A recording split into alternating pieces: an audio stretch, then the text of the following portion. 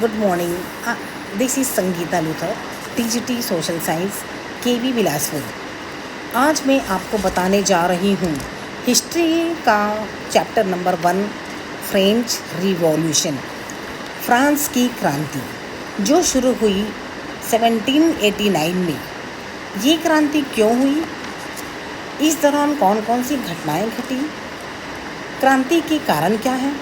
इसके इफ़ेक्ट्स क्या हुए? आखिर लुई 16 ने किया क्या था? क्यों ये घटना इतिहास में प्रसिद्ध है? अब कहीं ऐसा होता है क्या कि कहा जाए कि चलो आज क्रांति करते हैं और क्रांति शुरू? ऐसा तब होता है जब किसी व्यक्ति को अन्याय सहने की शक्ति बर्दाश्त से बाहर हो, तभी क्रांति होती है। किसी भी व्यक्तियों का खाना पीना आराम से चलता रहे, कोई टेंशन नहीं जीवन में, उसको क्रांति से क्या मतलब? अगर उसी इंसान के साथ पर्सनली बदलाव होने लगता है, अत्याचार होने लगते हैं, उनकी चीज़ों को वो छीनते रहते हैं, तब नॉर्मल इंसान भी क्रांतिकारी बन जाता है। ऐसा ही फ्रांसीसी क्रांति के दौरान फ्रांस में हुआ। 18वीं सदी आते आते फ्रांस यूरोप का सबसे इम्पोर्टेंट पावरफुल कंट्री था। उस समय फ्रांस की आबादी भी यूरोप में सबसे अधिक थी, इसलिए हर चीज़ की रिक्वायरमेंट बढ़ने लगी। अब फ्रांस की विडंबना यही थी कि एक राजा फ्रांस में राज करता था। उसका नाम था किंग लुई द 16। तो ये किंग, उसकी वाइफ, उसके पेरेंट्स, उसके ग्रैंड पेरेंट्स, सभी लोग राजसी ठाट बाट से रहते हैं और जो गरीब लोग हैं उनकी कोई सुधि नहीं लेते थे। मैरी एंटोनेट ऑस्ट्रिया की प्रिंसेस थी, बाद में फ्रांस की क्वीन बनी। इनका विवाह किंग लुई 16 से हुआ था। मैरी एंटोनेट फ्रांस की अंतिम रानी थी। फ्रांस का समाज 3 श्रेणियों में बटा हुआ था। First clergy, second nobility, third general. इन श्रेणियों को एस्टेट कहा जाता है। First estate, second estate and third estate. तो फर्स्ट एस्टेट था क्लेरिगी स्टेट या क्लेरिगी क्लास। ये इनमें आते थे चर्च के इम्पोर्टेंट लोग, जो प्रीस्ट फादर का काम करते थे, धार्मिक गुरु हुआ करते थे। ये लोग फर्स्ट कैटेगरी में आते थे। सेकेंड स्टेट में नोबिलिटी क्लास के लोग आते थे, जो कि राजसी लोग थे। सारे नोबल्स और रॉयल्स लोग इसमें आ गए, जिनके पास बहुत बड़ी बड़ी ज़मीन की टुकड़ियाँ थीं, लैंडलॉर्ड से। ये सारे लोग नोबिलिटी क्लास में आ गए। थर्ड स्टेट में जनरल, मिडिल क्लास और लोअर क्लास के लोग शामिल थे, जिसमें किसान, डॉक्टर, लॉयर, मर्चेंट, बिजनेसमैन।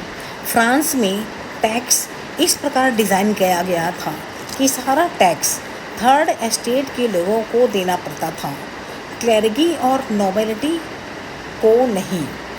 बेचारे थर्ड एस्टेट इतनी मेहनत कर रहे थे, व्यापार कर रहे थे, उनका बहुत बड़ा हिस्सा टैक्स देने में निकल जाता था। फर्स्ट एंड सेकंड एस्टेट को कोई टेंशन नहीं था, आराम से जीवन जी रहे थे, और ये प्रथा सालों साल से चली आ रही थी। इसलिए लोगों के मन में फ्रस्ट्रेशन बढ़ता गया और उधर फ्रांस की इकोनॉमिक कंडीशन धीरे धीरे ख़राब हो रही थी। इस कंडीशन को और ख़राब किया अमेरिकन रिवॉल्यूशन ने। उस समय अमेरिका में ब्रिटिश शासन था। ब्रिटिश से फ्रांस को नफ़रत थी। अमेरिका को सपोर्ट करने के लिए फ्रांस आगे आया और अमेरिका के सपोर्ट में युद्ध हुआ और बहुत सी धन खर्च हो गए और फ्रांस की स्थिति बहुत बुरी हो गई। यहाँ तक कि बैंकरप्सी पर आ गया, कंगाली पर आ गया। इसी समय फ्रांस में अकाल पड़ गया, सूखा की स्थिति बनी, किसानों के पास कोई भी चारा नहीं था सिवाय भूखमरी के। इसके बावजूद भी थर्ड एस्टेट के लोगों को टैक्स देना पड़ रहा था। प्रेशर बढ़ रहा था, तो वो प्रेशर कहीं ना कहीं से निकलना चाहता था। इसी वहाँ जगह जगह दंगे होने लगे। इसी समय द लुई 16 ने जॉक नेकर को अपॉइंट किया, जिसने कहा था कि हम एक नया टैक्स सिस्टम लेकर आएंगे। इसके अंतर्गत थर्ड नहीं बल्कि फर्स्ट और सेकंड स्टेट के लोगों के लिए भी टैक्स लगेगा। नेकर की इस पॉलिसी को लोगों ने बहुत सपोर्ट किया और पसंद भी किया। अब किंग लुई ने एक मीटिंग बुलाई। इस मीटिंग का नाम था स्टेट जनरल। इसके तीनों एस्टेट के लोग शामिल थे। इसे बहुत सारे मुद्दे रखे गए। कोई भी मुद्दे को पास करना हो तो वोटिंग होगी। तीनों स्टेट को एक एक वोट मिलेगी। थर्ड एस्टेट के लोगों की इस विडंबना को देखकर थर्ड एस्टेट के लोगों को समझ में आया कि हमारे साथ बराबर का व्यवहार नहीं हो रहा है। इसलिए उन्होंने मिलकर अपना ग्रुप बना लिया। उसका नाम नेशनल असेंबली था। इस असेंबली में उनके अपने नियम होंगे। फर्स्ट एंड सेकंड एस्टेट ने सुना तो उनको ये बात पसंद नहीं आई। वे जानते थे कि थर्ड वालों ने इतने पावरफुल हो जाएंगे तो हमारी ताकत खत्म हो जाएगी। उनको रोकने के लिए जहाँ मीटिंग करने वाले थे वो रूम ही बंद कर दिया। थर्ड एस्टेट वाले बाहर ही रह गए और चले गए टेनिस कोर्ट में। वहाँ उन्होंने अपना डेरा बना लिया और कहा हम यहीं रहेंगे जब तक हमारा एम्बिशन पास नहीं हो जाता। वहाँ उन्होंने कसम खाई। उस कसम को टेनिस कोर्ट ओथ भी कहा जाता है। यह देखकर किंग लुई बहुत परेशान हो गया। उसने अपने समर्थकों को बोला, एक काम करो यार, टेनिस कोर्ट में जाओ और उनसे बात करो और नेशनल असेंबली भंग करो। साथ ही उसने जैक नेकर को नौकरी से निकाल दिया, जिसने कहा था कि टैक्स पॉलिसी में बदलाव आना चाहिए। जब जैक नेकर को नौकरी से निकाला तो लोगों का गुस्सा और बढ़ गया कि राजा सचमुच में नॉर्मल लोगों की परेशानी से अवगत नहीं है। उसी समय लोगों ने देखा कि वहाँ पर बहुत सारे लोकल फौजी हैं। ये सैनिक उनके एम्बिशन को कामयाब नहीं होने देंगे। अगर मिलिट्री ने उन पर हमला कर दिया तो उनकी बात हमेशा के लिए दब कर रह जाएगी। तब लोगों ने ये डिसाइड किया कि वहाँ पर बास्टिल कोर्ट है और वहाँ काफ़ी हथियार हैं, गोला बारूद थे। वहाँ हमला करके सारे हथियार निकाल लेंगे। अगर आर्मी ने हमला किया तो हम अपना बचाव कर सकते हैं, उनसे टकरा सकते हैं। इस तरह 14 जुलाई 1789 में कॉमन लोगों ने फोर्ट बास्टिल पर हमला किया और सारे हथियार गोला बारूद चुरा लिए। उस फोर्ट का गवर्नर था, उसको मार दिया गया। पूरी हिस्ट्री में ये दिन 14 जुलाई 1789 फ्रेंच रिवॉल्यूशन का ऑफिशियली बिगिनिंग डे था। यहीं से फ्रेंच रिवॉल्यूशन स्टार्ट हुआ। 14 जुलाई हर वर्ष फ्रांस में बास्टिल डे मनाया जाता है। इस दिन नेशनल हॉलिडे होता है। माना जाता है कि नॉर्मन लोगों ने एक तानाशाह के खिलाफ सक्सेसफुल एक्शन लिया। बास्टिल फोर्ट पर नॉर्मन लोगों की फतह होने पर लोगों के मन में क्रांति की भावना जागने लगी। जगह जगह पर ज़मींदारों के यहाँ रेड मारने लगे। जिसके पास ज़मीन थी, घर थी, उनके घरों को लूटने लगे और लोगों को मारने लगे। बास्टिल किले पर हमला के ऑलमोस्ट 1 महीने के बाद एक डिक्लेरेशन इंट्रोड्यूस हुआ। इसका नाम था declaration of the right of man end of the citizen. इसमें फ्रांस की हिस्ट्री में पहली बार इंडिपेंडेंस, इक्वालिटी एंड ब्रदरहुड की बात ऑफिशियली इंट्रोड्यूस किया गया। किंग की स्थिति खराब हो गई, इतना बवाल मचा कि राजा की वैल्यू नहीं रह गई। नेशनल कोड असेंबली जो बनी थी, तीनों स्टेट की रजामंदी के साथ बनी थी। इसमें ये डिसाइड किया गया कि ऐसी सरकार बनाते हैं जिसमें पावर किंग और असेंबली के बीच बराबर रहे। इसमें से बहुत लोग ऐसे थे जो चाह रहे थे कि किंग होना ही नहीं चाहिए, ऐसी सरकार लोगों की ही होनी चाहिए। किंग लुई 16 को बहुत डर लग रहा था। उन्होंने भागने की कोशिश की। 1791 उनकी खराब किस्मत कि उनको पकड़ लिया गया और पेरिस में लाया गया।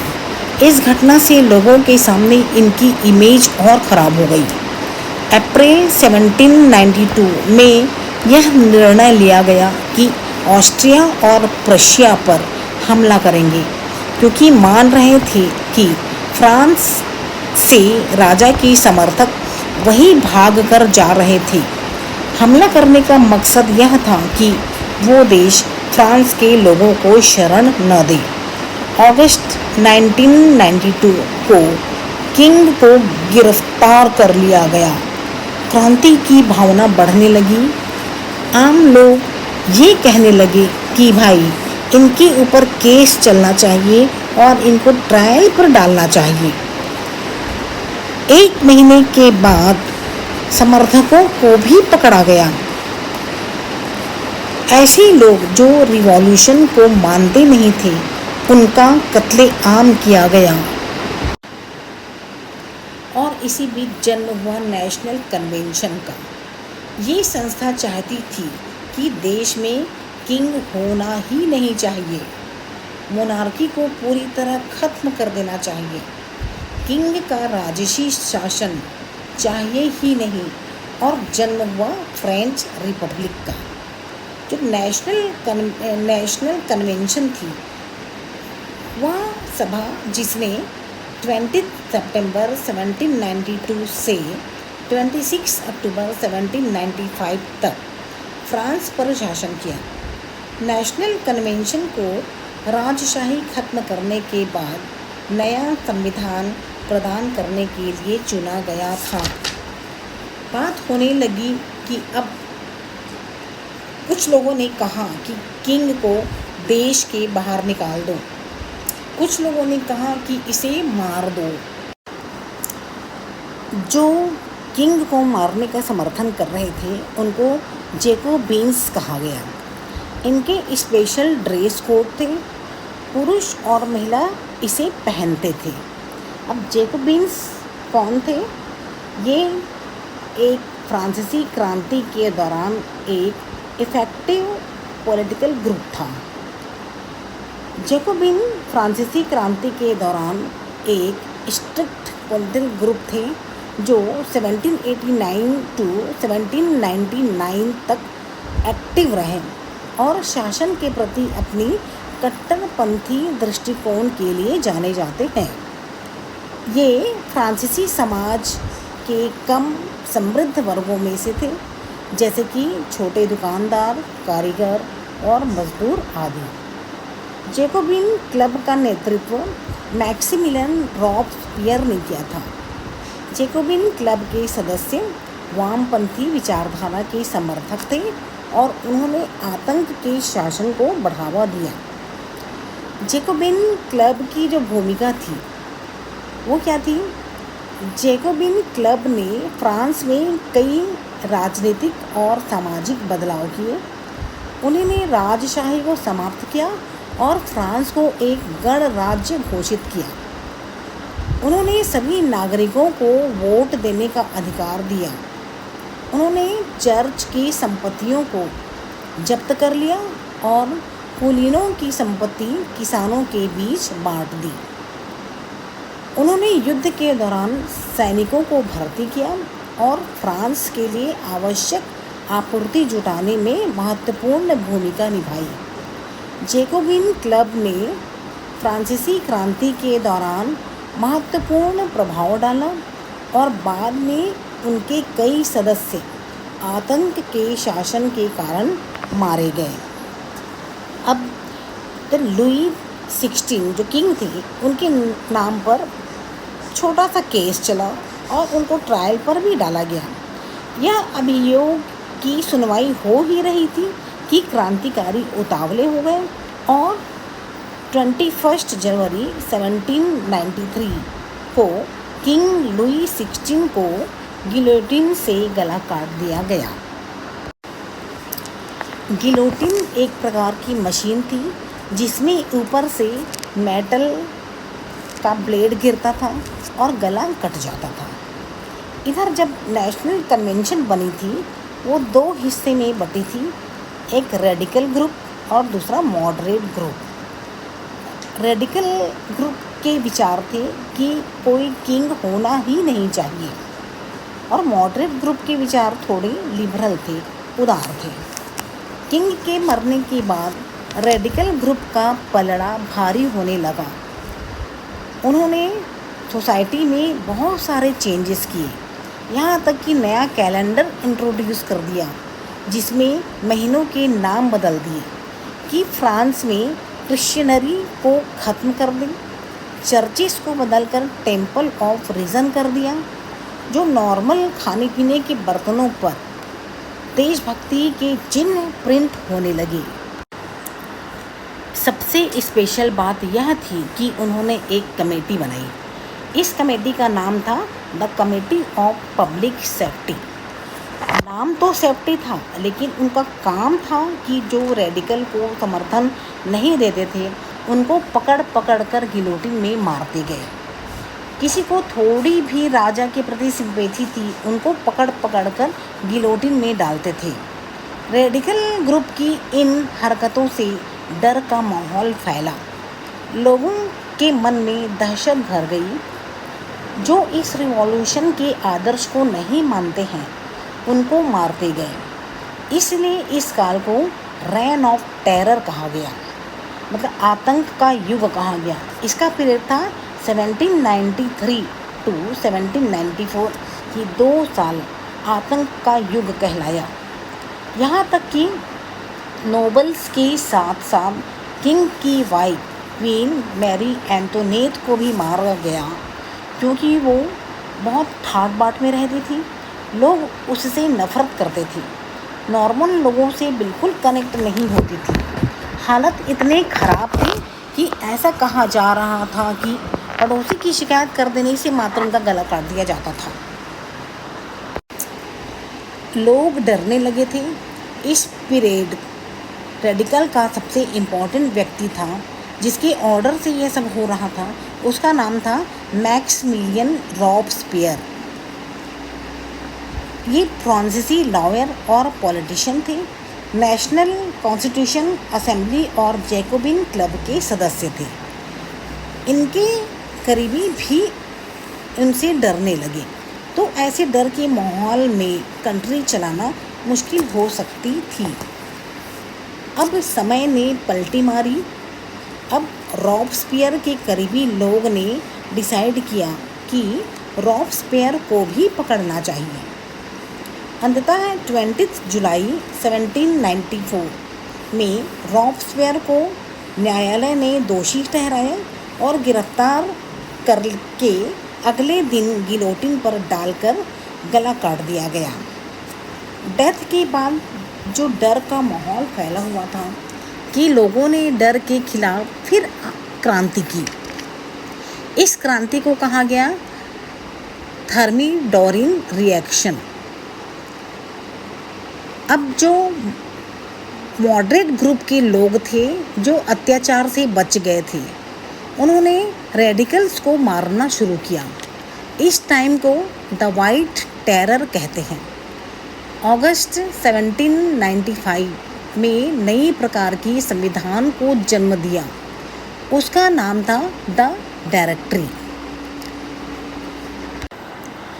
द डायरेक्टरी इस कॉन्स्टिट्यूशन के दौरान जो सरकार थी उसकी पावर 5 लोगों के हाथ में थी। उनको चुन कर लाया जाएगा।